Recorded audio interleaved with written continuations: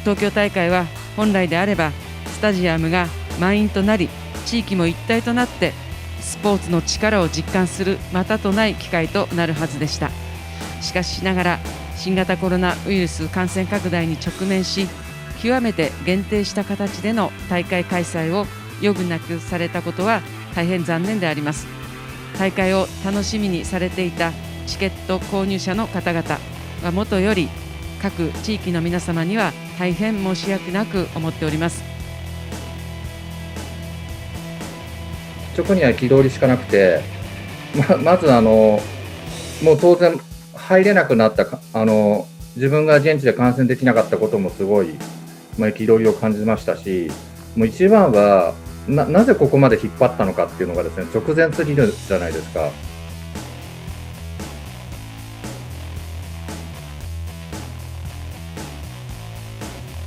金額でいうと大体400万円ぐらいですね。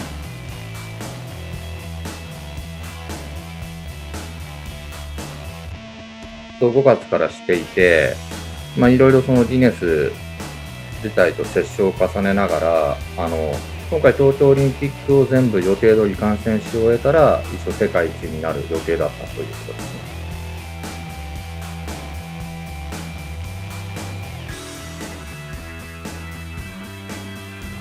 オリンピックに行くと拾うものがすごく多いんですよ。オリンピックに出てる選手の方ってそこに出るまでも多大な努力をして、でかつメダルを取るためにも本当にしのぎを削るわけじゃないですか。で必死の努力の結果メダルを勝ち取ったり金メダルを勝ち取ったりする方もいれば、そうでない人もいるわけですね。でその人たちがその会場で流す涙っていうのは本物なんですよ。でそれを見ると自分ももっと仕事頑張んなきゃなとか、もっと人生を頑張って努力して楽しまなきゃなって思えるわけですね。ギネスの達成は多分いずれ達成すると思うんですね。次の北京もその後のパリも僕は行くんで、オリンピックに。遅かれ早かれギネス僕は達成できると思うんですけど、東京オリンピックで達成できないっていうのはすごい残念です。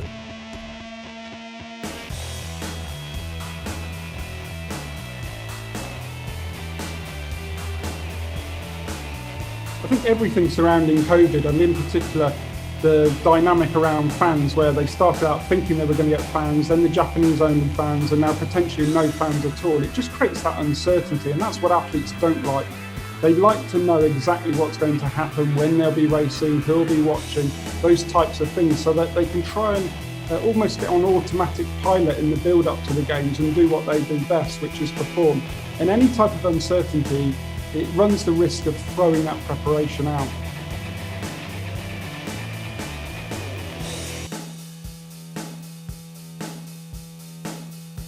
The uncertainty about whether there's going to be fans or not is going to play on some of the athletes' minds, because they're going to think, well, it's going to be a bit strange, it's going to be a bit weird.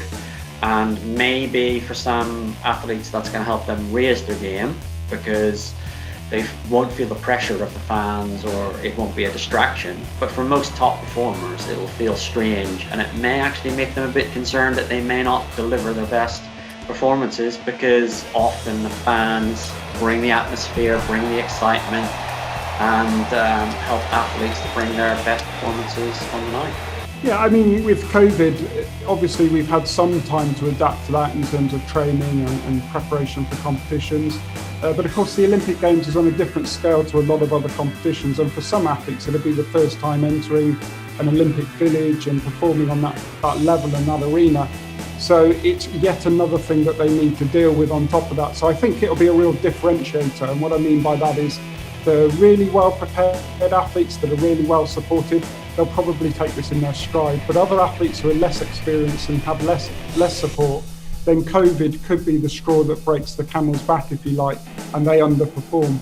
Yeah, I think this change will probably impact the Japanese athletes the most, actually, because they're going to lose that home crowd and that home support, and we know that's going to be a huge advantage for them.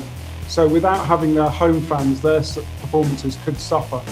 I think athletes will prepare very differently for this. Some athletes, without the crowd there, they'll need to psych themselves up. They'll need to use various different strategies, using music potentially, speaking to their coach, using physical warm-ups.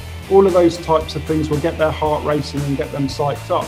But there'll be other athletes that actually might benefit from no crowd in as much as there aren't any distractions and they'll be able to focus and get into the zone probably more easily than if they did have the crowd there. So every individual athlete will prepare for this in slightly different ways. And the best ones will be talking about all eventualities with their coaches, with their psychologists. So they have a raft of different techniques and strategies that they can draw upon. One of the primary techniques that athletes would use is to imagine what it would be like. So imagine going into a stadium like normal, where it's busy, it's noisy. What would they do to prepare? How would they warm up? How would they be experiencing the noise, the other competitions going on, perhaps before they step out there to perform, and being okay with that? And then imagining, okay, well, what if the noise level, the atmosphere, the numbers of fans was much reduced? How would I do the same? How would I be okay? How would I continue to prepare and perform and do my best and be satisfied with my result? And then the super quiet version. So they go through a number of versions in their mental preparation and they rehearse what they would do. They rehearse their responses in a positive direction. And then what happens on the big day when they go there for real is that it seems familiar, it seems normal, because they've been there before. Mentally, they've been there before because they've rehearsed that situation, so it seems familiar. So there isn't that like anxiety, that worry, that sense that things are a bit odd. Or if that's there, it's at a much lower level. So it's not likely to distract or disrupt their performance.